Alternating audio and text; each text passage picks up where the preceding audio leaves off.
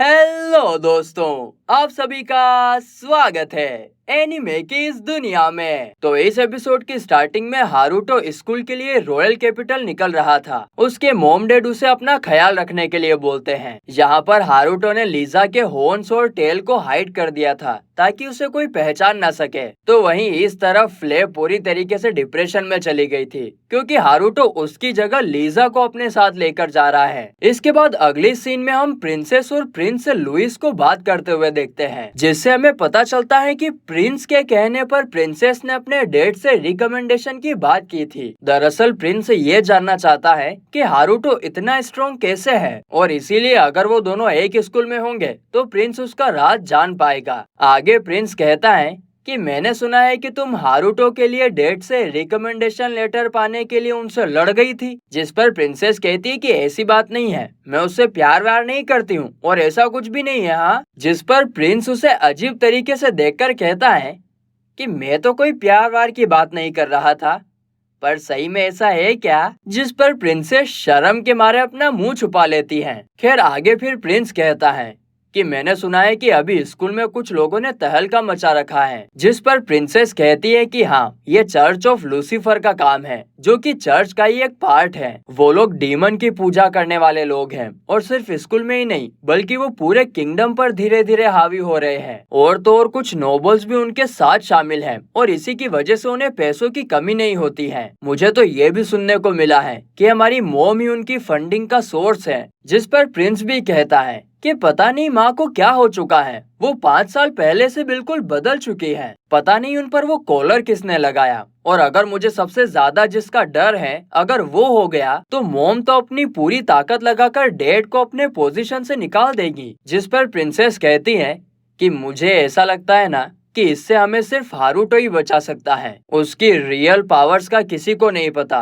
तो शायद वो एक ऑर्गेनाइजेशन को भी हरा सकता है। तभी अचानक से वहाँ उनकी माँ आ जाती है, जिसे देखकर वो दोनों एकदम हैरान हो जाते हैं और डर भी जाते हैं। आगे उनकी माँ प्रिंसेस का गला दबाकर उसे ऊपर उठा देती है और कहती है कि तुम अभी इस कॉलर की तरफ देख रही थी ना, है ना? जिस पर प्रिंसेस कहती है नहीं नहीं है माँ, ऐसा नहीं है, बिल्कुल भी नहीं है। अब ये सब देखकर प्रिंस अपनी माँ को रुकने के लिए कहता है कि माँ बस करो। जिस पर उसकी माँ उसे छोड़ देती है। आगे माँ प्रिंस से कहती है कि मैंने सुना है तुम जल्द ही गोल्ड के बेटे के साथ स्कूल जाने वाले हो, तो उसके दोस्त बनकर उससे ब्लैक नाइट के बारे में जितनी हो सके खबर निकालकर मुझे दो। और इतना कहते ही वो पूरे एटीट्यूड के साथ वहाँ से चली जाती है। इस तरफ हम देखते हैं कि हारुतो रॉयल कैपिटल जाने की बजाय अपने फॉरेस्ट वाले घर में बैठकर गेम खेल रहा था। सजा से पहले थोड़ा मजा ले रहा था। तभी शार्लोट उससे कहती है कि अब बहुत लेट हो चुका है, क्या आपको अभी रॉयल कैपिटल के लिए नहीं निकलना चाहिए? जिस पर वो हाँ में जवाब देता है कि हाँ मैं निकलता हूँ।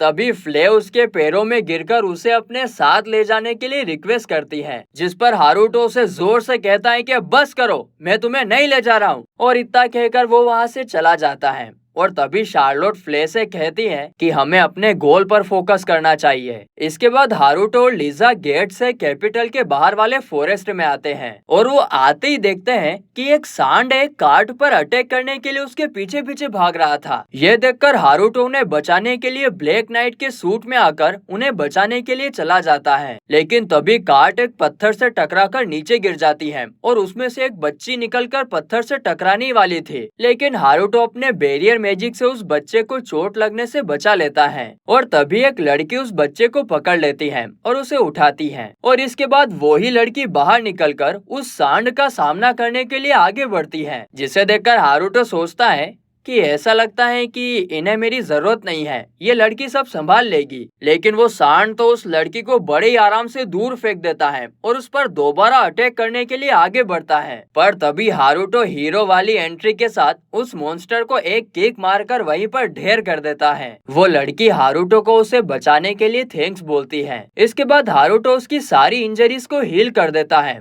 और यह देखकर वो लड़की शॉक हो जाती है और कहती है कि ये वाला हीलिंग मैजिक तो नॉर्मल हीलिंग मैजिक से काफी अलग है। तभी वो बच्चा आकर उस लड़की से पूछता है कि आप ठीक तो हो? जिस पर वो लड़की हारुतो की तरफ देखकर कहती है कि हाँ मुझे इन्होंने बचा लिया है। और ये सुनकर वो बच्चा भी हारुतो की तारीफ करने लगता है और उसे थैंक्स बोलता है। और अपनी खुद की तारीफ सुनकर तो हारुतो ताव में आ गया था और इसीलिए हारुतो अपने हीरो वाली पोजीशन में आकर कहता है कि मुझे थैंक्स कहने की जरूरत नहीं, क्योंकि यही मेरा काम है और मैं हूँ जस्टिस का हीरो ब्लैक नाइट। वाह वाह वाह वाह वाह, क्या बात है सर, क्या बात है सर, आपने तो बहुत बढ़िया डायलॉग मारा। इसके बाद हारुतो उनका कार्ट भी ठीक कर देता है और फिर वो उस लड़की से पूछता है कि तुम इसमें क्यों सफर कर रही थी, जिस पर वो कहती है कि मेरी जैसी गरीब लड़की यही अफोर्ड कर सकती है। वैसे तुम जरूर अपने काम के लिए इनाम चाहते होंगे, है ना? जिस पर हारुतो कहता है कि मुझे इनाम नहीं चाहिए, ये तो जस्टिस के हीरो का काम है। तो फिर वो लड़की कहती है कि नहीं, मैं ये एहसान जरूर लौटाऊंगी। इसके बाद हारुतो उस सांड को उसके ग्रुप के साथ छोड़ने के लिए चला जाता है और उसकी ऐसी काइंडनेस देखकर तो वो लड़की और इम्प्रेस हो जाती है और कहती है कि काश इस दुनिया में तुम्हारे जैसे और भी लोग होते हैं। इसके बाद फिर हारुतो और लीजा उस सांड को फॉरेस्ट में छोड़कर कैपिटल के लिए जा रहे थे और जाते जाते हारुतो लीजा से पूछता है कि तुम थोड़ी खोई खोई सी लग रही हो, क्या हुआ? जिस पर लीजा कहती है कि कुछ नहीं, बस वो लड़की ना थोड़ी अजीब थी। तो हारुतो कहता है अजीब का क्या मतलब है? जिस पर लीजा कहती है कि मेरे दिमाग में अभी बस अजीब शब्द ही आ रहा है, शायद अगर थोड़ा और नजदीक से देखती तो अच्छे से बता पाती। जिस पर हारुतो सोचता है कि मैं कौन सा कैपिटल में ज्यादा दिनों तक रहने वाला हूँ, तो मुझे कोई फर्क नहीं पड़ता। आगे जब वो लोग स्कूल के गेट पर पहुंचते हैं तो वहां पर एक बहुत बड़ी लाइन लगी हुई थी। हारुतो कहता है अरे यार, इस लाइन में लगना पड़ेगा, आप जीवन से सारा चैन ही खत्म हो चुका मेरे तो। और हारुतो को भी उस लाइन में खड़ा होना पड़ता है और अभी तो उसकी मेहनत शुरू हुई है। उसके बाद उसे ढेर सारे डॉक्यूमेंट्स भी फिल करने पड़ते हैं और इतना करके तो बेचारे की हालत ही टाइट हो जाती है, थक जाता है बेचारा। और फिर जैसे तैसे उसको अपना रूम मिलता है, वो तो पूरा मरने की हालत में ही हो जाता है। तो वो कहता है कि मुझे तो इस घर में आराम नहीं मिलेगा भाई, मुझे तो अपने घर में जाना है, वहीं पर आराम करूंगा। और वो वहां से तुरंत मैजिक गेट से अपने घर पर चला आता है। आहा, होम स्वीट होम, अपने घर की तो बात ही कुछ और होती है। अंदर आते ही फ्ले और शार्लोट उसे देखकर काफी एक्साइटेड थे, पर वो तो सीधा जाकर सोफे पर आड़ा पड़ जाता है।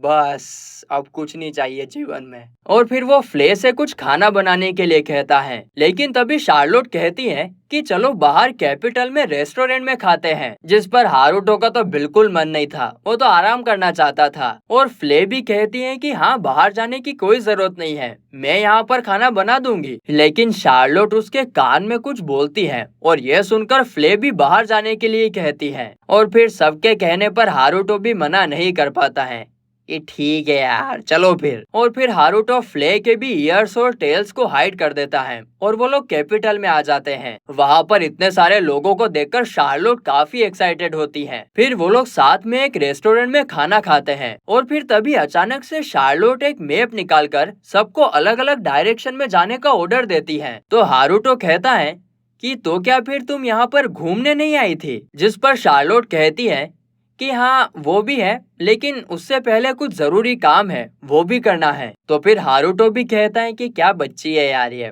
और फिर वो भी उसके साथ नाटक करने का डिसाइड करता है। इसके बाद फ्ले और लीजा अलग अलग डायरेक्शन में चले जाते हैं और फिर शार्लोट हारुतो का हाथ पकड़कर कहती है कि चलिए अब हम अपने डेट पर चलते हैं। और डेट की बात सुनकर तो हारुतो के मन में अलग ही लड्डू फूटने लगते हैं और वो लोग भी आगे बढ़ जाते हैं। आगे शार्लोट को एक शॉप में एक नेकलेस पसंद आता है और हारुतो तो इतना सुनते ही उसे खरीद लेता है। मतलब शार्लोट के लिए कुछ भी, हाँ। और उसे गिफ्ट देकर उससे ज्यादा खुश तो हारुतो था। वाह वाह वाह, भाई बहन का प्यार। इसके बाद जब शार्लोट भाग रही थी और खेल रही थी तो वो उसी लड़की से टकरा जाती है जिसकी थोड़ी देर पहले हारुतो ने मदद की थी। जिस पर शार्लोट उसे सॉरी कहती है कि सॉरी, वो मेरा ध्यान नहीं था। और वो लड़की भी शार्लोट को सॉरी कहती है कि हाँ, मैं भी थोड़ी जल्दी में थी, इसलिए मुझे भी माफ करना। और वो ये भी पूछती है कि कहीं तुम्हें कोई चोट तो नहीं आई? जिस पर शार्लोट कहती है कि नहीं, मैं बिल्कुल ठीक हूँ। फिर जब हारुतो वहाँ आता है तो वो उस लड़की को उसी तरीके से देखता है कि वो पहले मिल चुके हैं और इसीलिए वो लड़की उसे देखकर कहती है कि क्या हम पहले कभी मिले हैं? जिस पर हारुतो कहता है कि नहीं नहीं नहीं नहीं, हम कभी पहले नहीं मिले, मुझे तो नहीं लगता है कि हम मिले हैं। तो वो लड़की कहती है कि हाँ, मैंने भी पहले कभी तुम्हारे जैसा चेहरा नहीं देखा है, पर तुम्हारा ये लाजवाब माना, ये मैंने पहले कभी फील किया है। जिस पर हारुतो गुस्सा होकर कहता है कि मेरा माना लेवल सिर्फ 2 है, इसीलिए उसे लाजवाब बोलकर मेरा मजाक उड़ाना बंद करो। तो फिर वो लड़की हारुतो से माफी मांगती है और कहती है कि मैं ना काफी टायर्ड हूँ, शायद इसीलिए गलतफहमी हो गई होगी, प्लीज मुझे माफ करना। और इतना कहकर वो वहाँ से चली जाती है। इसके बाद शार्लोट भी उसे देखकर वही बात कहती है कि भैया ये लड़की ना थोड़ी अजीब थी, अगर सच बोलूं ना तो वो कोई आम लड़की नहीं थी। जिस पर हारुतो मन में सोचता है कि आज लीजा भी यही कह रही थी। हो सकता है कि हाई माना लेवल वाले ऐसा कुछ फील कर पा रहे हो जो मैं नहीं कर पा रहा हूँ, पर जो भी हो मुझे उससे क्या, मुझे तो बस यहाँ से निकलना है। और फिर गाइस, इसी के साथ ये एपिसोड यहीं पर खत्म होता है।